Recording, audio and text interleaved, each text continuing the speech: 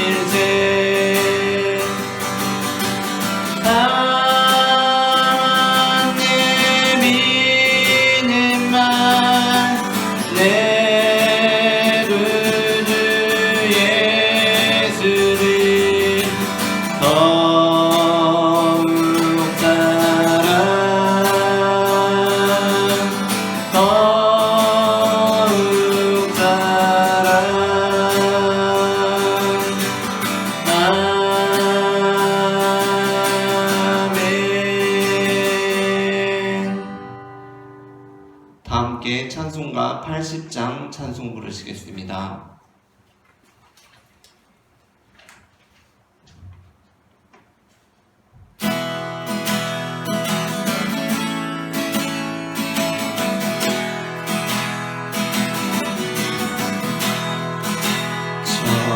천지에 있는 이름 중 귀하고 높은 이름 주 나시기 전 지으신 구주의 이름 예수 주 앞에 내가 엎드려 그 이름 찬송하면 내 귀에 들린 말씀 중 귀하신 이름 예수 주신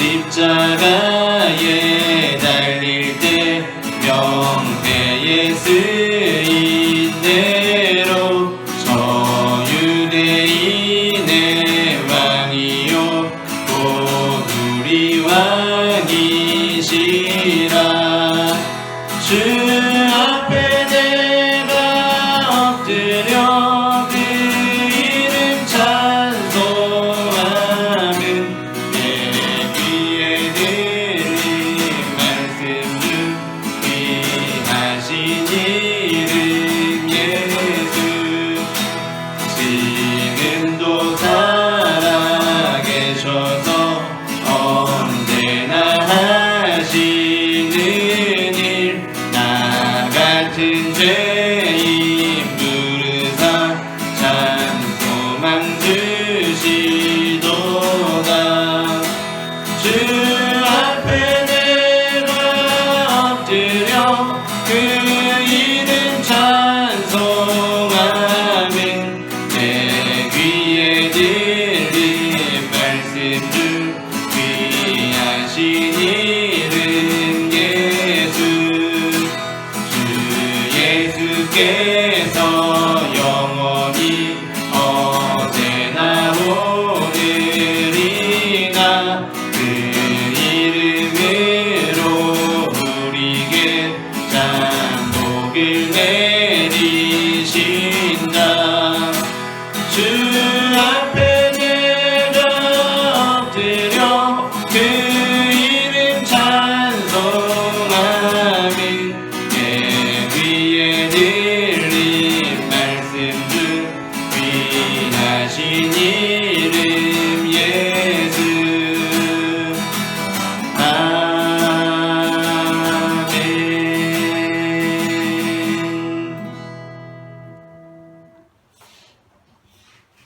교회 소식을 전하겠습니다. 오늘 주일 오전 예배는 사전 녹화하여 비대면 온라인 예배로 드리며 사전 녹화 현장에는 좌석수의 10% 미만의 인원이 참석하고 있음을 알려드립니다.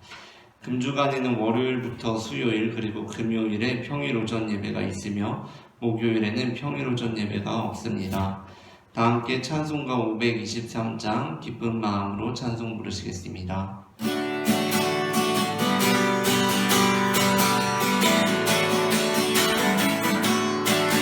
어둠 죄악길에서 목자 없는 양같이 모든 사람길 찾아 헤맨다.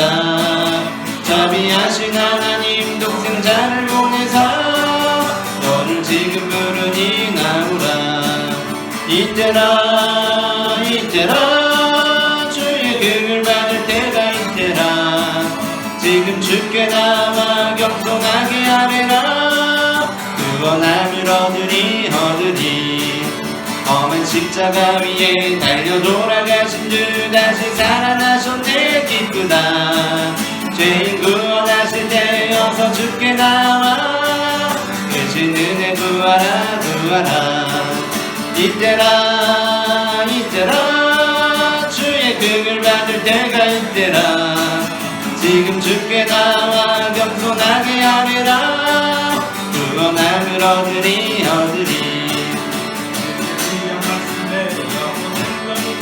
주님 너를 용서해 주신다. 주가 부르실 때에 힘과 정성 다하여 주의 은혜 받으라 이때라 이때라 주의 긍을 받을 때가 이때라. 지금 주께 나와 겸손하게 하리라. 구원함을 얻으리. 세월 빨리 흐르고 세상 친구 가는데 너의 영혼 오늘 밤 떠나도 주의 구원 받으면 천국에서 영원히 주와 함께 살리라 이때라 주의 긍을 받을 때가 이때라. 지금 주께 나와 겸손하게 하리라. 구원함을 얻으리 예수께서 시몬에게 이르시되 깊은 데로 가서 그물을 내려 고기를 잡으라. 시몬이 대답하여 이르되 선생님 우리들이 밤이 새도록 수고하였으되 잡은 것이 없지만은 말씀에 의지하여 내가 그물을 내리리이다 하고 그렇게 하니 고기를 잡은 것이 심히 많아 그물이 찢어지는지라. 아멘.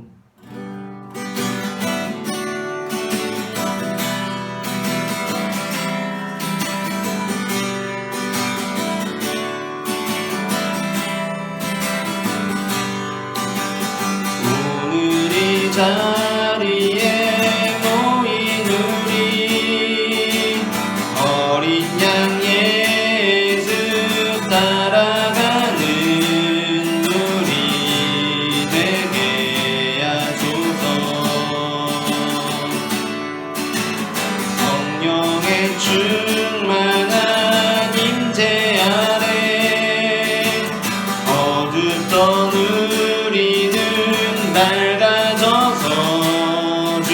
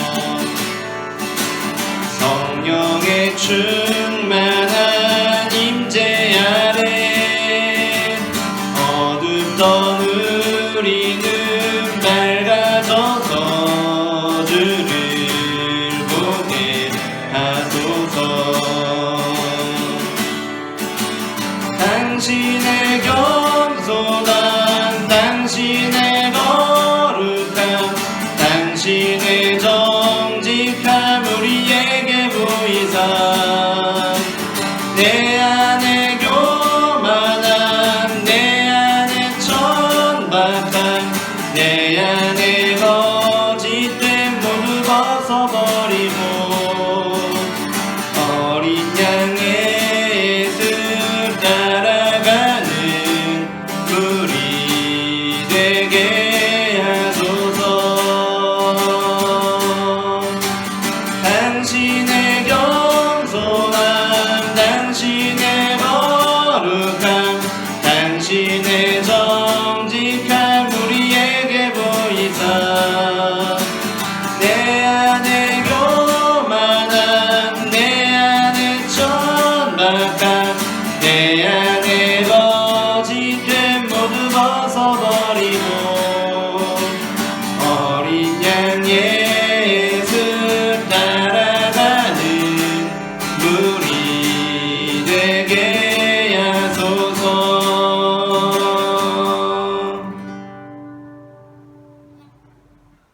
다 같이 기도드리겠습니다.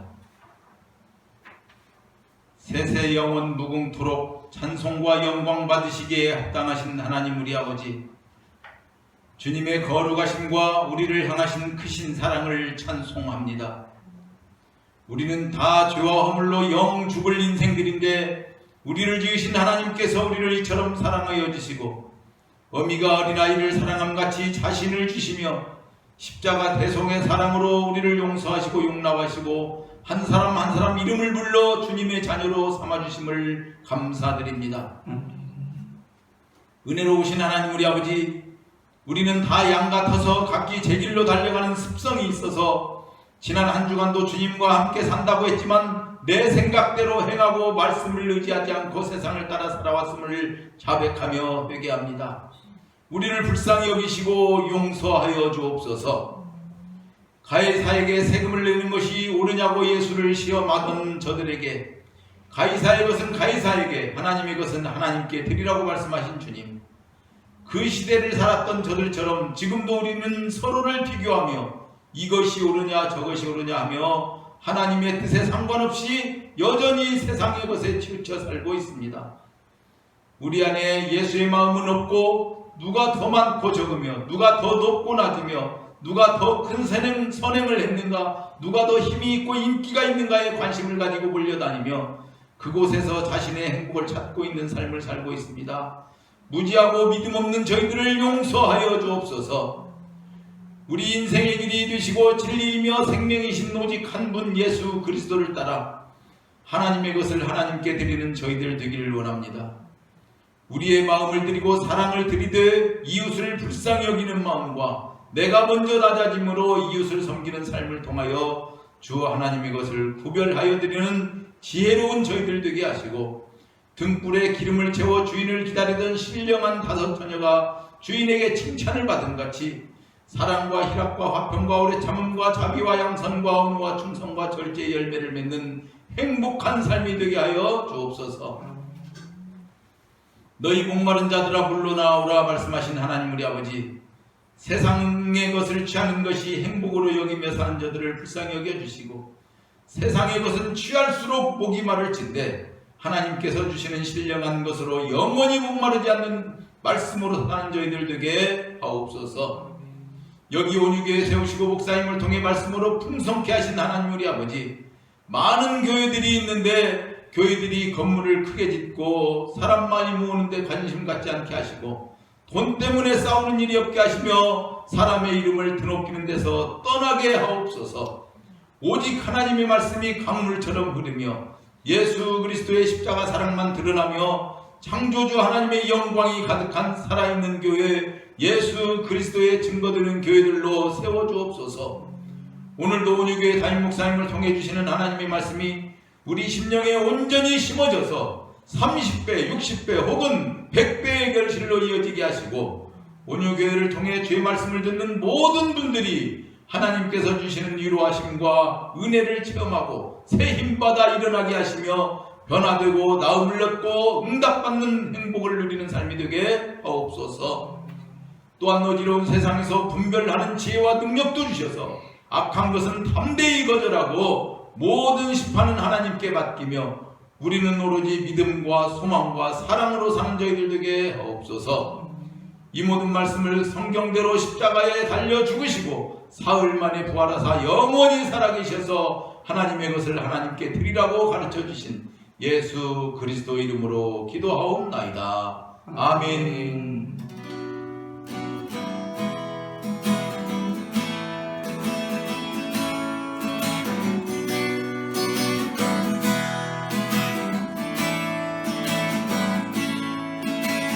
소망 없는 내 삶에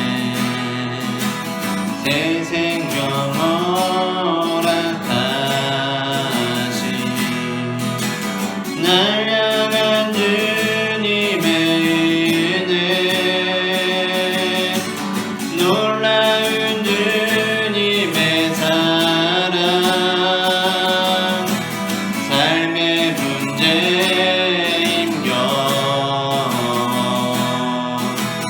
눈물 만들일 때도 날 안아주시는 주님,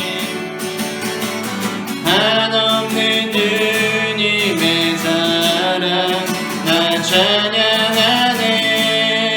나의 믿음 주께 드려 나의 삶이 주를 향해 내 유일한 사랑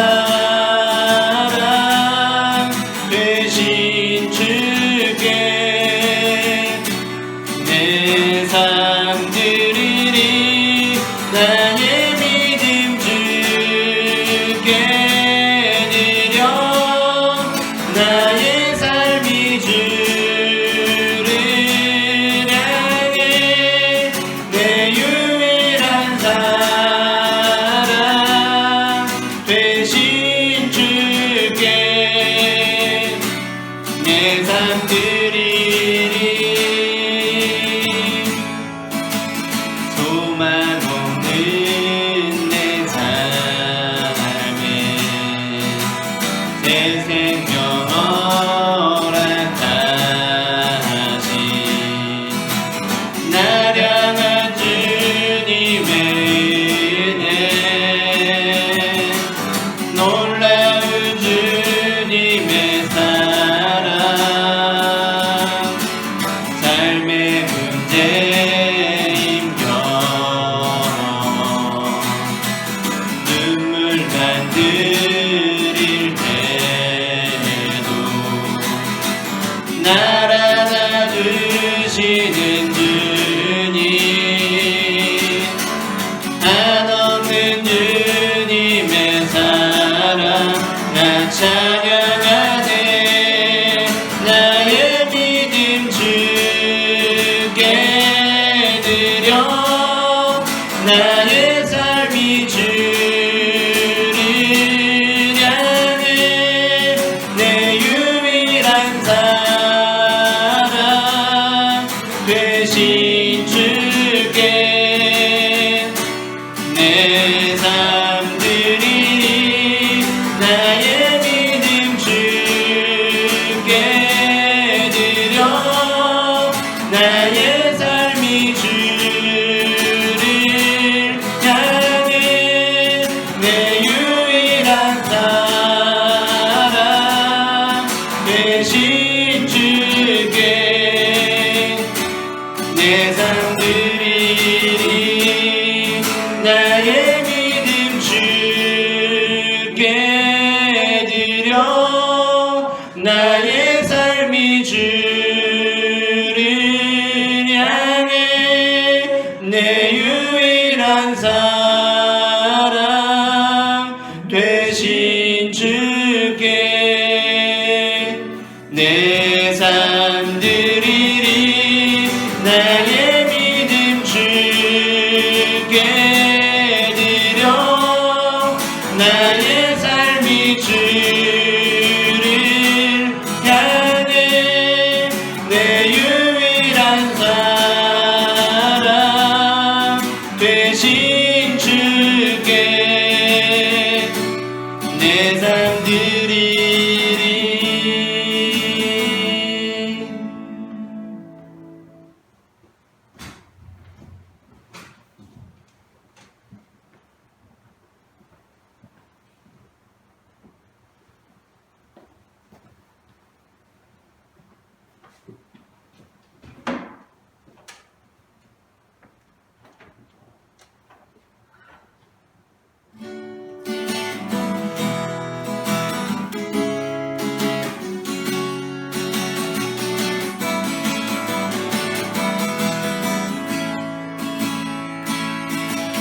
전능하신 나의 주 하나님은 능치 못하신 일 전혀 없네.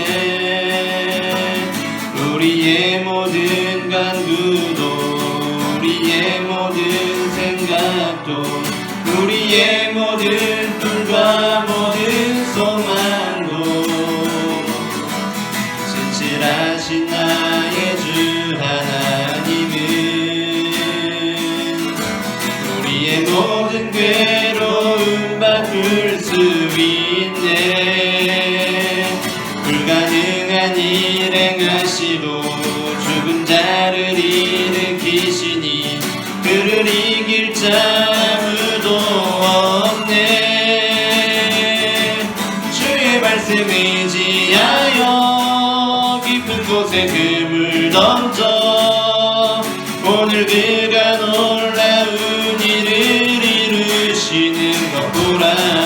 주의 말씀 의지하여 믿음으로 금을 던져 믿는 자에게 능치 못함 없네. 주의 말씀 의지하여 깊은 곳에 금을 던져 오늘 그가 놀라운 일을 이루시는 것 보라.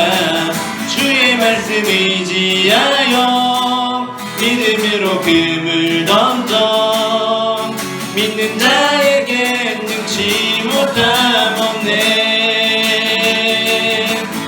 사랑의 주님 은혜를 감사합니다.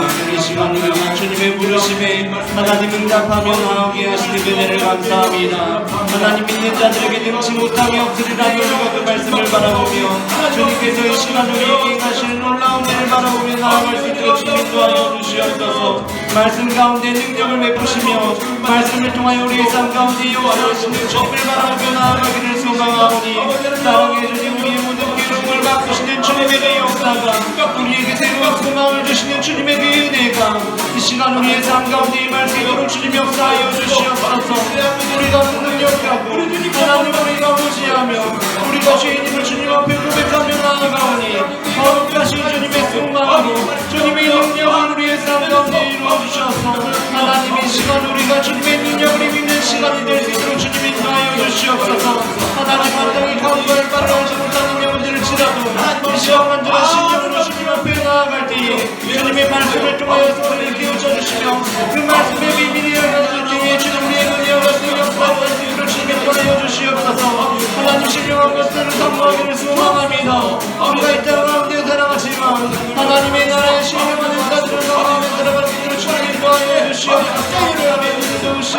성령을 아버지 받게 하옵소서. 아버지 감사합니다. 아버지 감사합니다.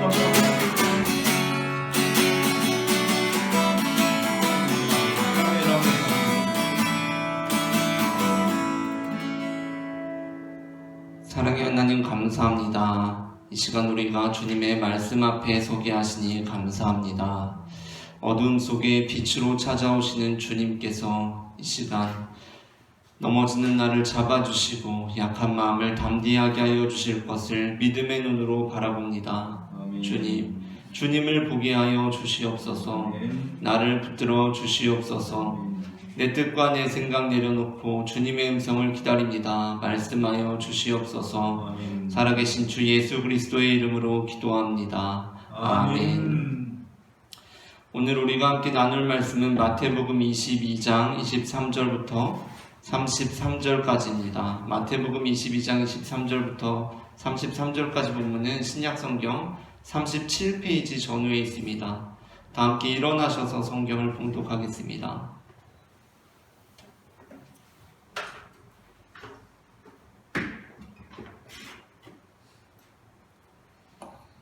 제가 한 절, 여러분이 한 절 성경을 교독하도록 하겠습니다. 부활이 없다 하는 사두개인들이 그날 예수께 와서 물어 이르되 선생님이여, 모세가 일렀으되 사람이 만일 자식이 없이 죽으면 그 동생이 그 아내에게 장가들어 형을 위하여 상속자를 세울지니라 하였나이다. 우리 중에 칠형제가 있었는데 마지가 장가들었다가 죽어 상속자가 없으므로 그 아내를 그 동생에게 물려주고 그 둘째와 셋째로 일곱째까지 그렇게 하다가 최후에 그 여자도 죽었나이다. 그런즉 그들이 다 그를 취하였으니 부활 때에 일곱 중에 누구의 아내가 되리이까? 예수께서 대답하여 이르시되 너희가 성경도 하나님의 능력도 알지 못하는 거로 오해하였도다. 부활 때에는 장가도 아니가고 시집도 아니가고 하늘에 있는 천사들과 같으니라. 죽은 자의 부활을 논할진대 하나님이 너희에게 말씀하신 바 나는 아브라함의 하나님이요 이삭의 하나님이요 야곱의 하나님이로라 하신 것을 읽어보지 못하였느냐? 하나님은 죽은 자의 하나님이 아니요 살아있는 자의 하나님이시니라 하시니. 함께 읽겠습니다. 무리가 듣고 그의 가르침에 놀라더라. 아멘. 자리에 앉으시겠습니다. 이 시간 예배의 자리에 나오신 여러분을 축복합니다. 오늘 저는 앞서 읽은 마태복음 22장 23절부터 33절까지의 본문으로 부활 때에는 천사들과 같으니라 라는 제목의 설교를 하려고 합니다. 전해지는 말씀 가운데 하나님의 은혜가 있기를 바랍니다. 아멘. 오늘 본문 32절에서 예수님께서는 하나님은 죽은 자의 하나님이 아니요 살아있는 자의 하나님이시니라 라고 말씀하십니다. 그런데 오늘 이 말씀을 하신 배경을 우리가 한번 살펴볼 때 이 말씀이 어떠한 말씀인지 생각해 볼 필요가 있습니다. 오늘 본문에서 예수님을 대적하기 위해서 사두개인들이 부활이 없다고 주장하는 사두개인들이 예수님께 나와서 한 가지 예를 들면서 대체 부활이라는 것이 있는 것인가 없는 것인가, 당신이 말하고 있는 부활이 잘못된 것 아니냐라는 그 질문을 던집니다. 그러니까 이 사두개인들의 주장은 어떠한 주장이었냐 하면 부활이 없다 하는 사두개인들이었기 때문에 사두개인들의 주장을 한마디로 요약하자면 하나님은 죽은 자의 하나님이 아니라 살아있는 자들의 하나님이라는 것이 바로 사두개인들의 주장이었습니다.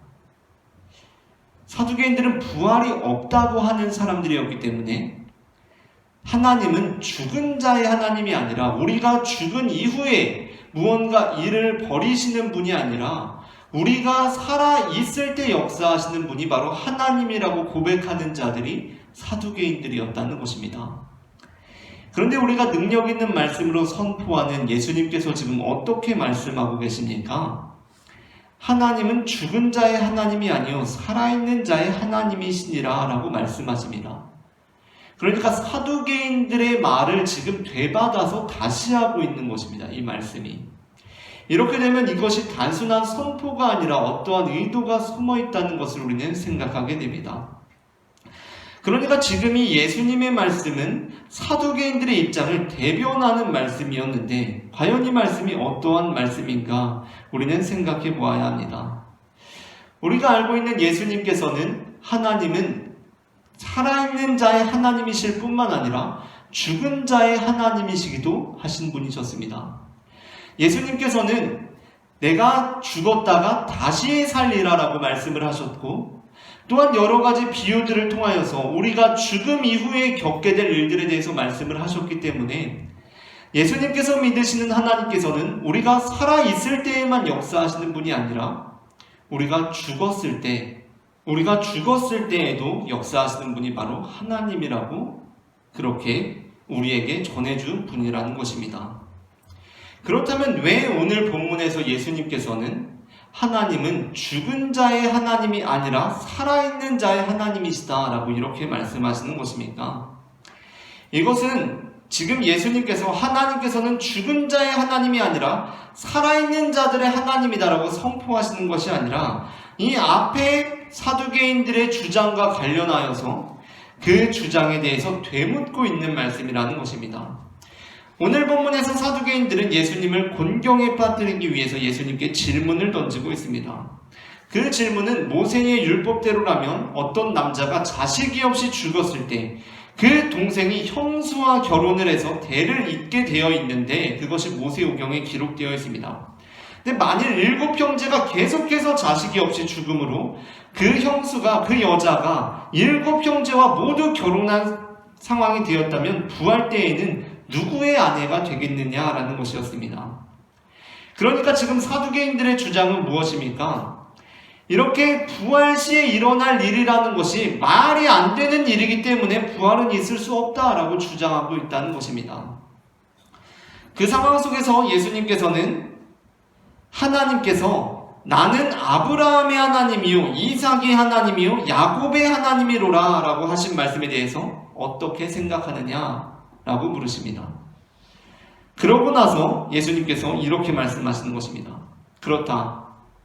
하나님은 죽은 자의 하나님이 아니라 살아있는 자의 하나님이시다 라고 선포하고 계신다는 것입니다. 예수님께서 그 사두개인들의 주장을 다 들으시고 그래 그러면 너희가 이건 어떻게 생각하냐? 하나님께서 너희가 그렇게 오로지 유일한 성경으로 유일한 하나님의 말씀으로 받아들이고 있는 모세오경을 통하여서 아브라함의 하나님이요 이삭의 하나님이요 야곱의 하나님이다 라고 자신을 소개하셨는데 이 말씀에 대해서는 어떻게 생각하냐? 참으로 하나님은 죽은 자의 하나님이 아니라 살아있는 자의 하나님 아니시냐? 라고 이렇게 되묻고 있다는 것입니다. 이것은 지금 사두개인들이 가지고 온 이 주장, 이 예를 말도 안 되게 무력화시키는 되묻는 질문이었습니다.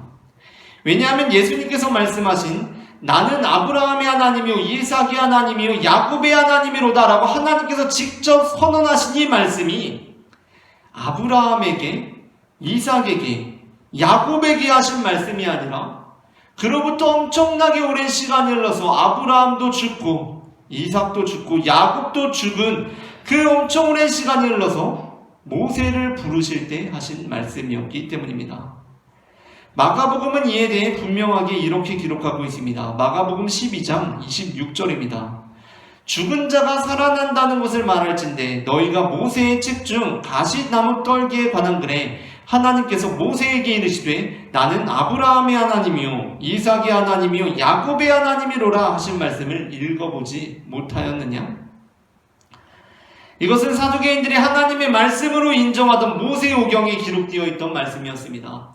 사두개인들의 부활에 대해서 믿지 않았는데 그 이유는 사두개인들은 모세오경만을 하나님의 말씀으로 받아들였기 때문입니다. 그 모세오경의 출애굽기 3장 1절부터 6절이 이렇게 말씀하고 있습니다. 모세가 그의 장인 미디안 제사장 이드로의 양떼를 치더니 그떼를 광야 서쪽으로 인도하여 하나님의 산 호렙에 이르매 여호와의 사자가 떨기나무 가운데로부터 나오는 불꽃 안에서 그에게 나타나는지라. 그가 보니 떨기나무에 불이 붙었으나 그 떨기나무가 사라지지 아니하는지라. 이에 모세가 이르되 내가 돌이켜 가서 이 큰 광경을 보리라. 떨기나무가 어찌하여 타지 아니하는고 하니 그때에 여호와께서 그가 보려고 돌이켜 오는 것을 보신지라. 하나님이 떨기나무 가운데서 그를 불러 이르시되 모세야 모세야 하시매 그가 이르되 내가 여기 있나이다. 하나님이 이르시되 이리로 가까이 오지 말라. 내가 선 곳은 거룩한 땅이니 내 발에서 신을 벗으라. 또 이르시되 나는 내 조상의 하나님이니 아브라함의 하나님 이삭의 하나님 야곱의 하나님이니라. 아멘. 그래서 바로 이 부분에서 사두개인들의 입장이 치명적인 오류로 드러나게 됩니다. 왜냐하면 하나님께서 모세에게 자신을 아브라함의 하나님, 이삭의 하나님, 야곱의 하나님으로 소개하고 계시기 때문입니다. 사두개인들에 의하면 하나님은 오로지 살아있는 자들의 하나님이고 죽은 자의 하나님은 되실 수가 없었습니다. 하나님은 우리가 죽음 이후에 역사하시고 죽음 이후에 관계하시는 분이 아니라 우리가 살아있을 때 역사하시는 분이라고 믿었기 때문입니다. 그런데 하나님께서는 모세에게 자신을 어떻게 소개하고 계십니까? 나는 바로 너의 하나님이다 라고 말씀하시는 것이 아니라 나는 아브라함의 하나님, 이삭의 하나님, 야곱의 하나님이라고 소개하고 계신다는 것입니다. 뿐만 아니라 많은 학자들이 이 부분에서 하나님께서 자신을 모세에게 소개하실 때 현재 시제로 소개하셨다는데 관심을 갖고 흥미로워하고 있습니다. 그러니까 하나님께서 나는 지난 옛날에 아브라함의 하나님이었고 나는 이삭의 하나님이었고 야곱의 하나님이었다라고 말씀하시는 것이 아니라 나는 아브라함의 하나님이고 이삭의 하나님이고 야곱의 하나님이다 라고 말씀하고 계신다는 것입니다. 즉 그것은 과거의 관계가 아니라 지금도 역시 나는 아브라함과 이삭과 야곱과 그러한 관계에 있는 하나님이다 라고 하나님께서 말씀하고 계신다는 것입니다. 이 말씀을 하시고 예수님께서 이제 이 뒷부분을 말씀을 사두개인들에게 질문하시는 것입니다. 그렇다. 그렇다면 너희 말대로 하나님은 참으로 살아계신 자들의 하나님이시다 라고 말씀하신다는 것입니다. 자, 이렇게 될 때 이제 어떻게 되는 것입니까? 하나님께서 아브라함과 이삭과 야곱의 하나님이신데 하나님은 살아계신 자들의 하나님이십니다. 그렇다면 아브라함과 이삭과 야곱은 모세에게 말씀을 하나님께서 하실 때 아브라함과 이삭과 야곱은 죽은 자들이 됩니까? 살아있는 자들이 됩니까? 바로 그들이 모세 때에도 살아있는 자들로 하나님과 관계를 맺고 있는 것 아니냐라고 예수님께서 그들의 논리를 대받아 치신 것입니다. 이렇게 될 때 모세의 율법을 근거로 부활이 없다고 주장하는 사두개인들의 주장은 모세에게 말씀하시는 하나님의 말씀을 근거로 해서 틀린 주장이 되어버리고 만 것입니다. 그런데 이제 이렇게 부활이 있다라고 예수님의 말씀에 우리가 이해하고 나서도 여전히 남는 질문이 있습니다. 그렇게 예수님의 말씀대로 부활이 있다고 우리는 믿는 사람들입니다. 그러면 정말 우리가 집요하게 이 사두개인들의 이야기가 정말 말도 안 되는 주장이긴 합니다만 논리적으로 가능한 주장이기는 하기 때문에 정말 이 여인이 부활 때 누구의 아내가 되는 건가 우리가 질문해 볼 수 있습니다. 이에 대해 예수님께서는 부활 때에는 우리 모두가 천사들과 같아진다 라고 말씀하십니다. 여기서 천사들과 같아진다는 것은 사도 바울이 고린도전서 13장 12절에서 말씀하신 것과 같이 우리가 지금은 비록 하나님의 음성을 희미하게 듣고 하나님의 음재를 희미하게 경험하지만 그때에는 선명하게 보게 되리라는 것을 의미합니다. 고린도전서 13장 12절입니다. 우리가 지금은 거울로 보는 것 같이 희미하나 그때에는 얼굴과 얼굴을 대하여 볼 것이요 지금은 내가 부분적으로 하나 그때에는 주께서 나를 아신 것 같이 내가 온전히 알리라. 아멘. 즉 우리가 천사들과 같아진다는 것은 썩어질 것으로 심고 썩지 아니할 것으로 다시 살아나게 되는 완전히 새로운 모습으로의 부활, 완전히 새로운 상태로서의 부활, 즉 우리가 이 땅에 어떤 남편에 속하여 있는 신부가 아니라 바로 예수 그리스도의 신부로 부활하게 된다라는 말씀이라는 것입니다. 이를 통해 예수님께서는 성경에 대한 사두개인들의 무지함을 드러내십니다.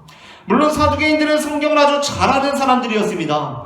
부활에 관해 질문하면서 실제적으로는 부활을 부정하는 본문도 아니라 부활과 상관없는 말씀을 가져다가 아주 잘 각색해서 부활을 부정하는 본문으로 변형시킬 만큼 성경에 대해서 아주 잘 아는 사람들이었습니다.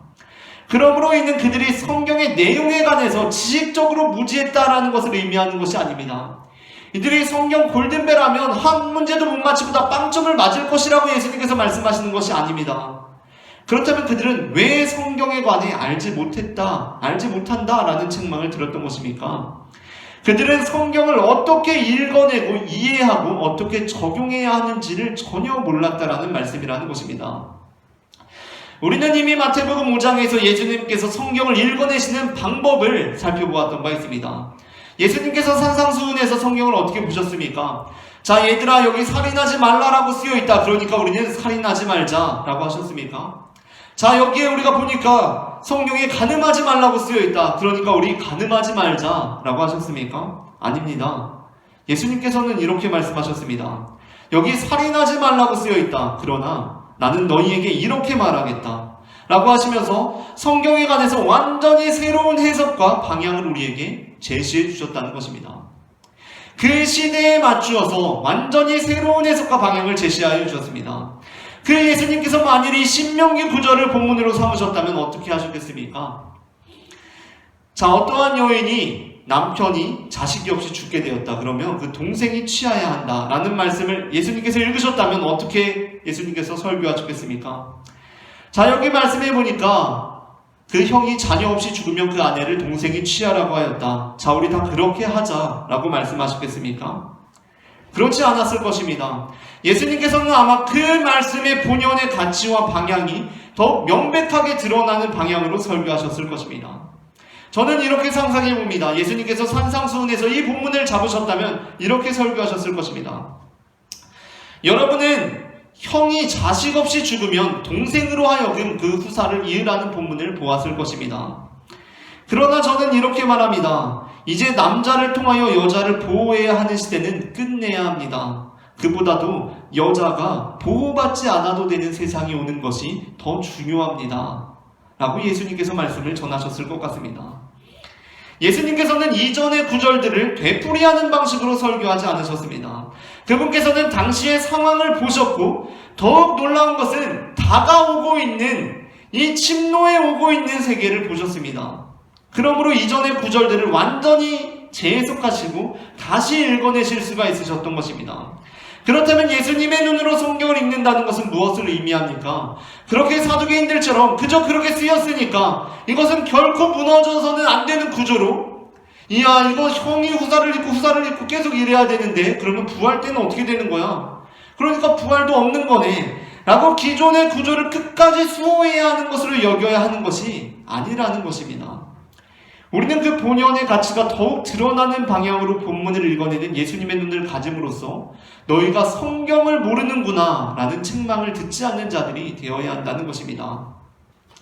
어떤 훌륭한 대중음악가가 90년대 어떤 훌륭한 대중음악가가 있었습니다. 그의 가장 훌륭한 재능은 무엇이었냐면 7, 80년대 우리나라에서 히트치지 못한 그러나 너무나 숨어있는 명곡들을 찾아내서 리메이크해서 90년대 정서에 맞게 잘 리메이크해가지고 다시 한번 그 노래가 사람들에게 들려지고 다시 히트를 치게 만드는 훌륭한 재능을 갖고 있는 대중음악가였습니다. 그가 그렇게 위대한 족적을 남기고 90년대를 완전히 풍미하고서 은퇴를 했습니다. 그로부터 20여 년이 지나서 2010년대에 그의 두 제자가 대중음악계에서 활동을 하기 시작합니다. 그런데 한 제자는 그 스승의 음악이 너무나 좋아서 여전히 90년대 감성으로 그 음악을 다 표현해냅니다. 그런데 또 한 제자는 그 음악들이 아니라 그 스승의 음악들이 아니라 이제 90년대, 2000년대 음악들을 2010년대로, 2020년대로 다시 재탄생시키고 있습니다. 아마 대중들의 그 둘의 음악을 들었을 때 아마 첫 번째 제자를 통하여서 더 그 스승의 향기를 느낄 수 있을지도 모르겠습니다. 왜 그렇습니까? 첫 번째 제자는 그 90년대 감성을 가지고 있기 때문입니다. 그러나 아마 그 둘 중에 진정한 그 제자를 그 스승으로부터 꼽으라고 한다면 그 스승은 어떠한 제자를 자신의 제자로 꼽겠습니까? 아마 자신의 음악에 계속해서 빠져서 그 90년대 감성으로 2000년대도 2010년대도 2020년대도 계속해서 표현하는 그 음악가가 아니라 자신의 90년대 감성을 넘어서서 2000년대로 2010년대로 2020년대로 그 감성을 표현해내는 그 제자를 자신과는 전혀 다른 음악을 하고 있지만 나의 정신을 가장 잘 닮아있는 나의 제자다 라고 그렇게 인정할 것입니다. 왜냐하면 그 후자에게는 그 스승의 정신이 담겨있기 때문입니다. 그러한 면에서 사두개인들은 예수님과 전혀 다른 방식으로 성경을 보는 이들이었습니다. 예수님의 입장에서는 성경을 볼 줄도 모르면서 말끝마다 성경하는 자들이었습니다. 그래서 그들은 그렇게 자신들이 갇혀있는 우물 안에서 성경을 봅니다. 그러니까 그들은 여전히 사실 예수님 당시만 해도 이미 죽은 형의 아내를 동생이 취하는 이 방식이 보기 어려운 상황에 놓여있는 그러한 시대였습니다. 그런데 그럼에도 불구하고 여전히 죽은 형의 아내를 동생을 취하는 것이 마땅한 그 세상 속에서 부활의 세계를 들여다보고 있습니다. 이 사두개인들은 성경을 어떻게 볼 줄을 모르는 자들이었기 때문에 여전히 그 죽은 형의 아내를 동생이 취하는 방식에 갇혀서 다가오고 있는 부활의 세계를 바라보고 있습니다. 그리고 지금 현재 질서에 맞지 않으니까 이 다가오는 세계가 뭔가 잘못된 것이다 라고 그렇게 부정하고 있습니다. 그리고 바로 그들의 이러한 전제에 그들의 맹점이 있습니다. 그들은 지금 형의 아내를 취하는 것이 당연한 것이고 또한 일부일처 한 남편과 한 아내가 짝짓는 것이 당연한 것이기 때문에 그 둘이 부딪히는 부활의 세상은 당연하지 않다라고 그렇게 주장하고 있습니다. 그런데 여러분, 오늘을 살아가는 우리는 어떻습니까? 그로부터 2000년이 넘는 시대가 흐른 우리의 삶에서는 어떻습니까? 형의 아내를 취하는 것, 이것이 당연한 세상입니까? 형이 후사가 없이 죽었습니다. 그러면 그 아내를 취하는 것이 당연합니까? 그렇지 않습니다. 우리는 차라리 모르는 여자를 아내로 취하면 취했지, 자식 없이 죽었다고 해서 형의 아내를 취하는 것은 너무나 해서는 안 될 일로 금기시 여기는 이러한 세상에 살아가고 있습니다. 그러니까 여기서 우리가 발견하게 되는 것은 그들이 2000년 이전에 당연하게 여겨지던 그 세계가 이제 우리에게는 당연하지 않은 것으로 받아들여지고 있다는 것입니다. 그렇기 때문에 부활 후의 당연한 세계가 그들에게는 말도 안 되는 세계일 수가 있다라는 것입니다. 그래서 예수님께서는 그들이 성경도 하나님의 능력도 알지 못하는 자들이라고 말씀하시며 부활 때에는 전혀 다른 세계가 펼쳐지는 것이다 라고 말씀하십니다. 그리고 그 전혀 다른 세계란 바로 우리 모두가 누군가의 아내들로 다시 살아야만 하는 것이 아니라 바로 천사들과 같이 그리스도의 신부로 서게 되는 것입니다. 우리가 여기서 잠깐 이 모세오경에 나와 있는 형이 후상 없이 자녀 없이 죽게 되었을 때 그 동생이 그 형의 아내를 취하는 이 제도에 대해서 한번 살펴보고 싶은데, 이것을 형사취수법이라고 합니다.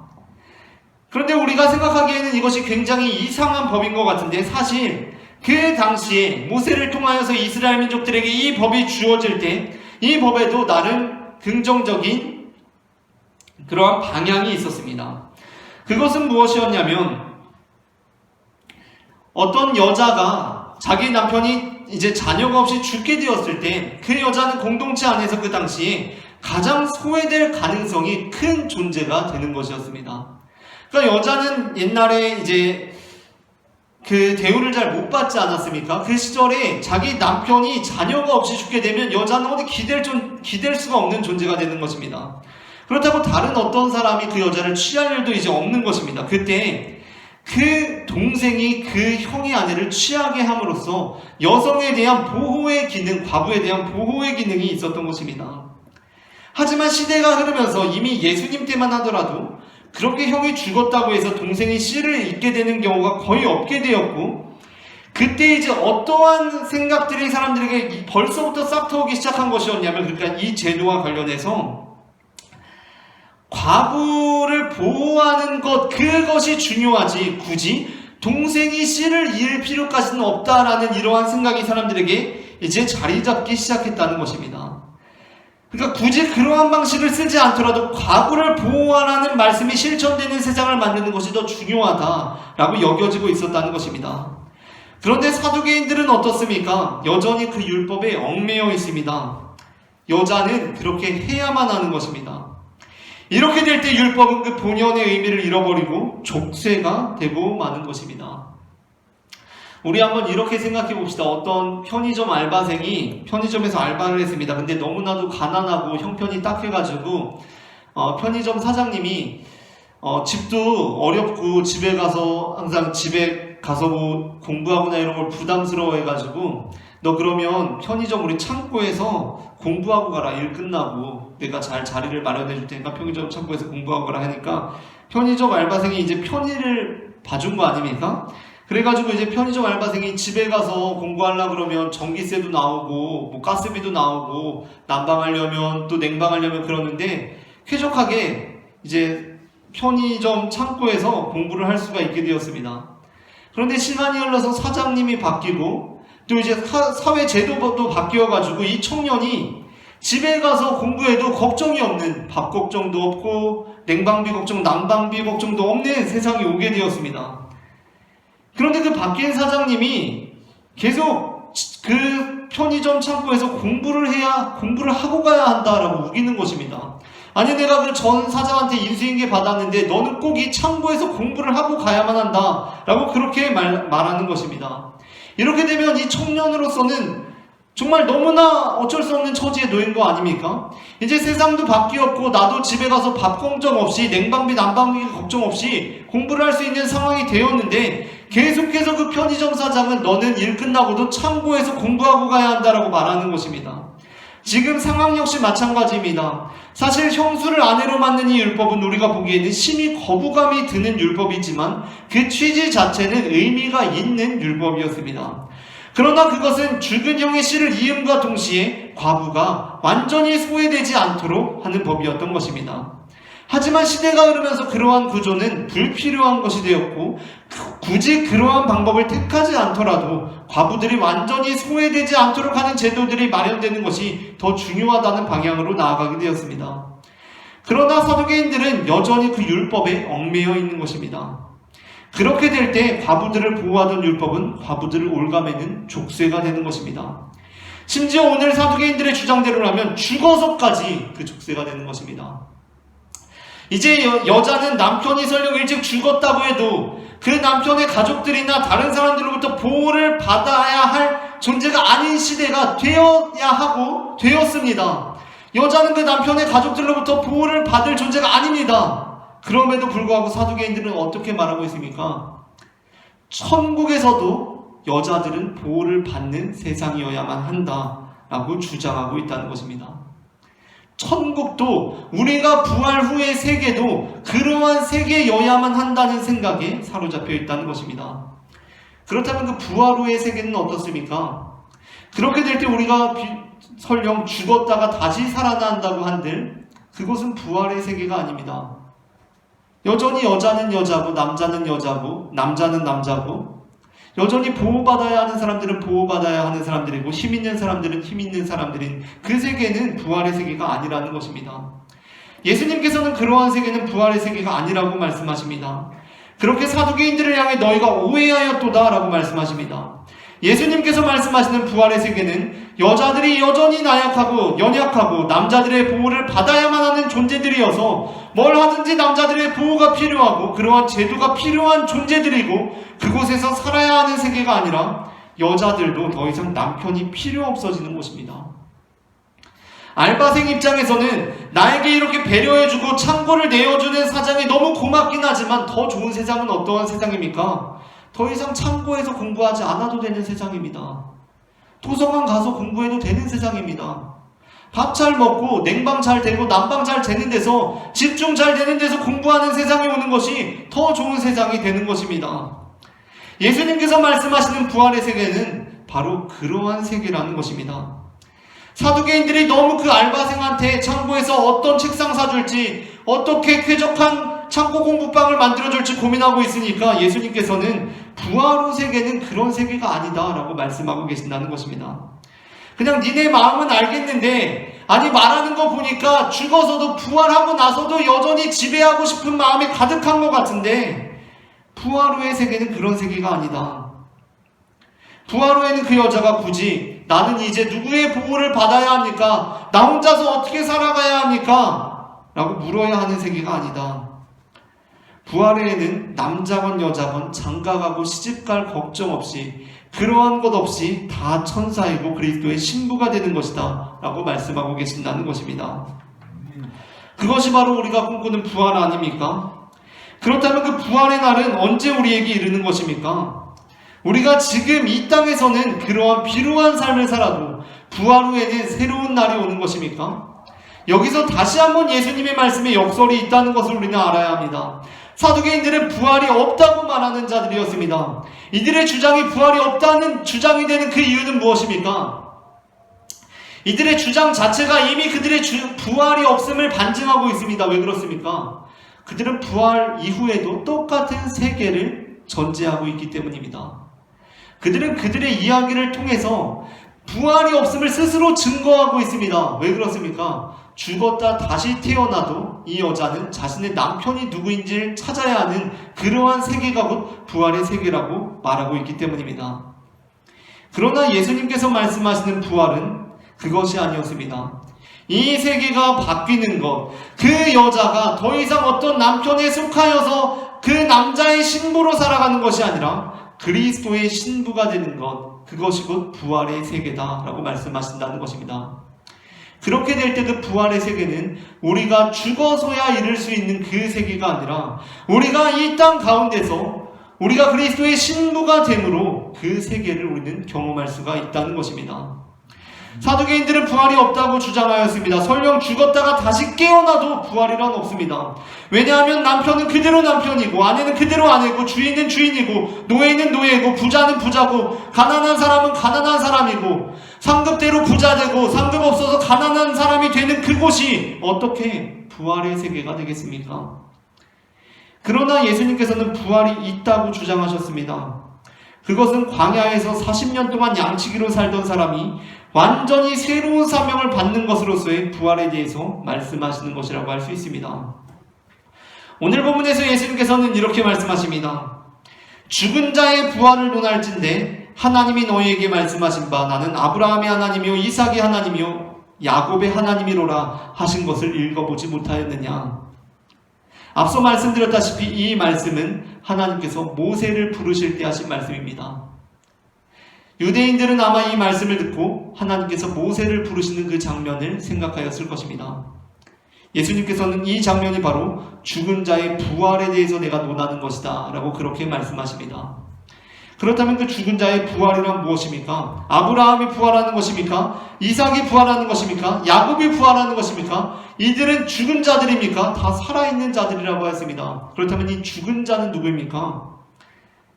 바로 그 말씀을 듣는 그 사람 모세라는 것입니다. 그는 바로 40년간 광야에서 양치기로 살아온 모세입니다. 예수님께서는 이것이 바로 죽은 자의 부활이다 라고 말씀하십니다.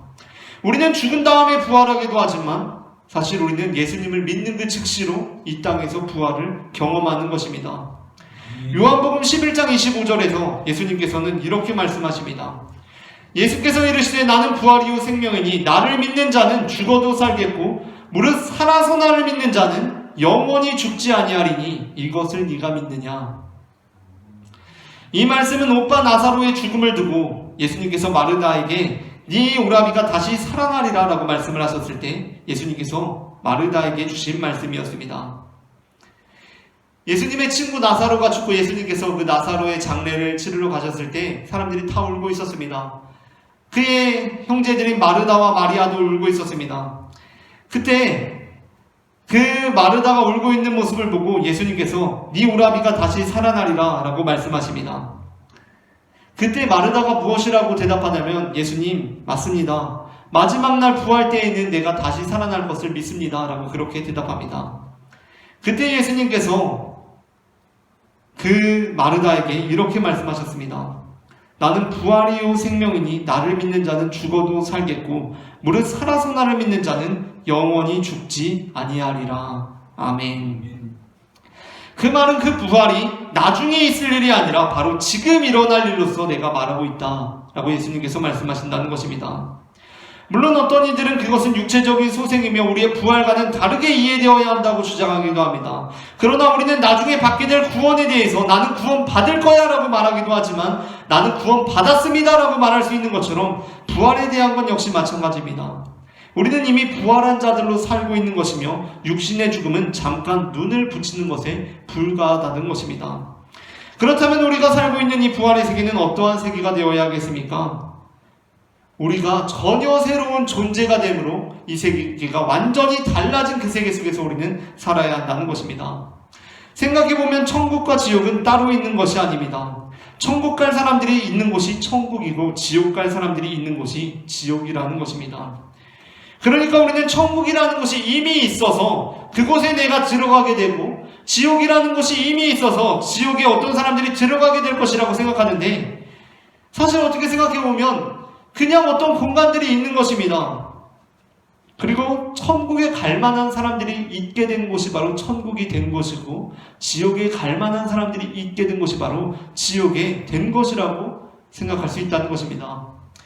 이 말은 우리로 하여금 우리가 살고 있는 이 부활의 세계에 대해서 다시 한번 생각해보게 합니다. 물론 천국은 좋은 곳이고 지옥은 나쁜 곳이지만 우리는 간혹 지나치게 천국을 사모하고 지나치게 지옥을 두려워하는 경향이 있습니다. 하지만 우리는 고민해 보아야 합니다. 내가 지금 천국을 사모하긴 하는데 내가 천국에 간다면 그것이 여전히 천국으로서 유효할까에 대한 생각입니다. 우리의 삶은 설령 내가 지옥에 가더라도 내가 지옥에 갔다면 이미 그곳은 지옥이 아니라는 생각이 들 만한 삶을 살아야 한다는 것입니다. 예수님께서는 부활 때에 우리가 천사들과 같으리라고 말씀하십니다. 옛날에는 삐삐치면은 천사라는 문구를 참 많이 쓰기도 했다고 합니다. 넌 나의 천사야 라는 말 우리는 얼마나 많이 들으면서 살아가고 있습니까? 우리가 그리스도의 신부가 되었을 때 우리가 부활한 자들로 살아갈 때 우리는 천사들과 같이 이 땅 가운데 살아가게 될 것입니다. 주님을 대면하여 보고 이 완전히 달라진 세계 속에서 주님의 은혜를 누리며 살아가는 우리 모두가 되기를 소망합니다.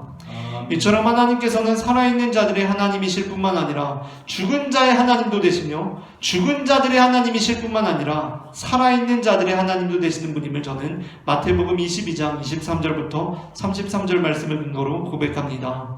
오늘 전해진 말씀 가운데 하나님의 은혜가 임했기를 바랍니다. 아멘.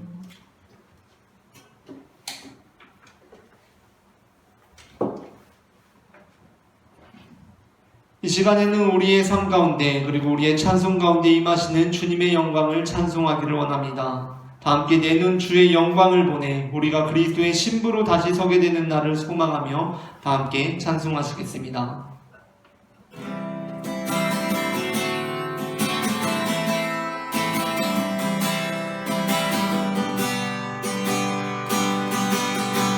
내는 주의 영광을 보내 우리 가운데 계신 주님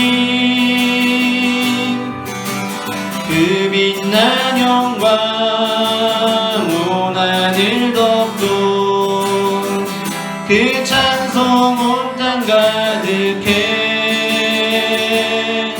내는 주의 영광을 보내 찬송 가운데 서신 주님 주님의 얼굴은 온 세상 향하네 권능의 발을 드셨네 주의 영광 이곳에 가득해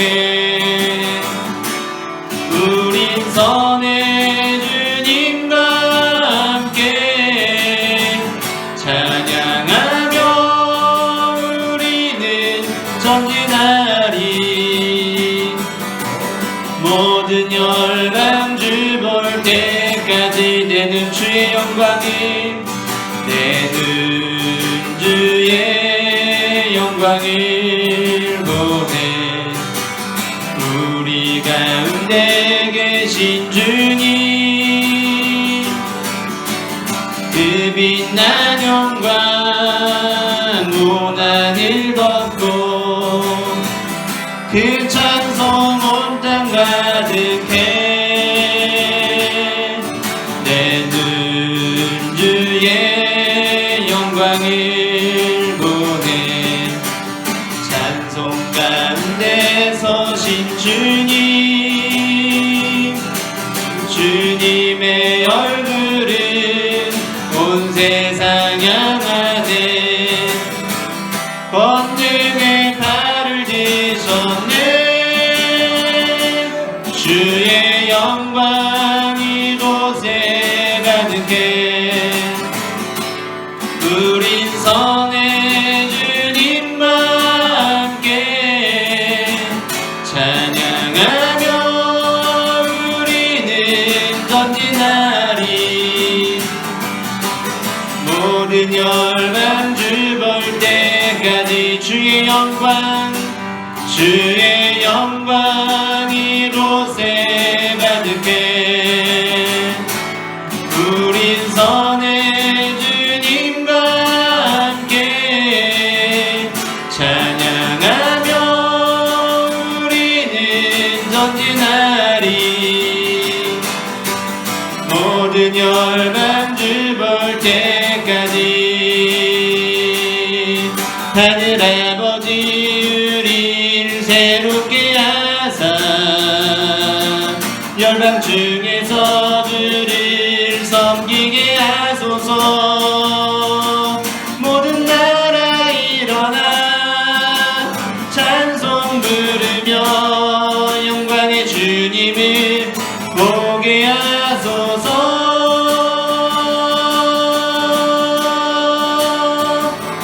주의 영광 이곳에 가득해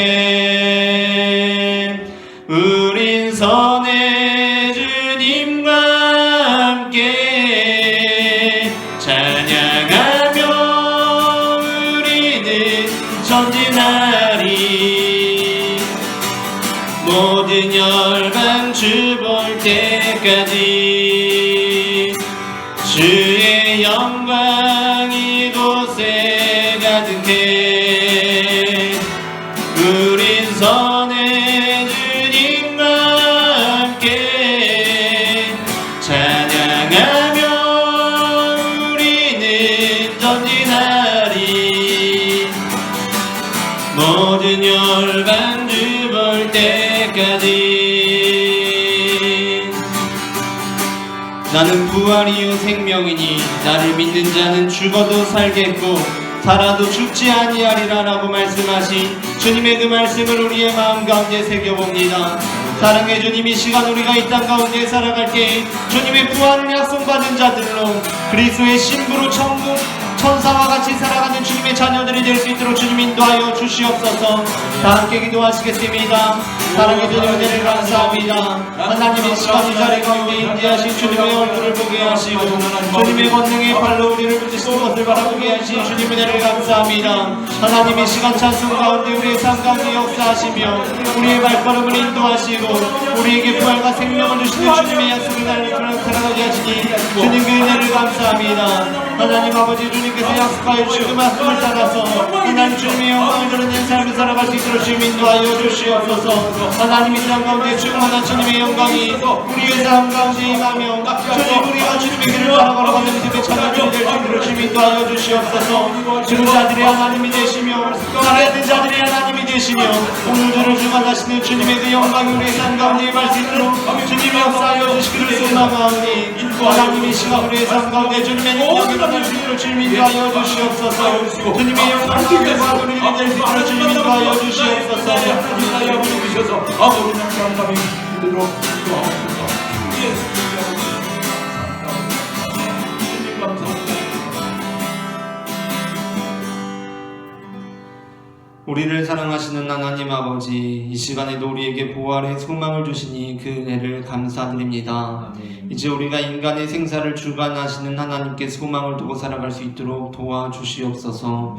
이제는 부활의 소망을 주시는 하나님 아버지의 사랑과 우리 모두의 신랑이 되시는 예수 그리스도의 은혜와 우리의 삶에 역사하셔서 우리를 대적하는 모든 악한 세력들을 물리치시는 성령 하나님의 인도하심이 지금 각자의 자리에서 주님의 영광을 바라며 천사와 같이 살아가겠노라고 결단하는 모든 영혼들의 머리 위에 지금부터 영원토록 함께 하시기를 간절히 축원하옵나이다. 아멘.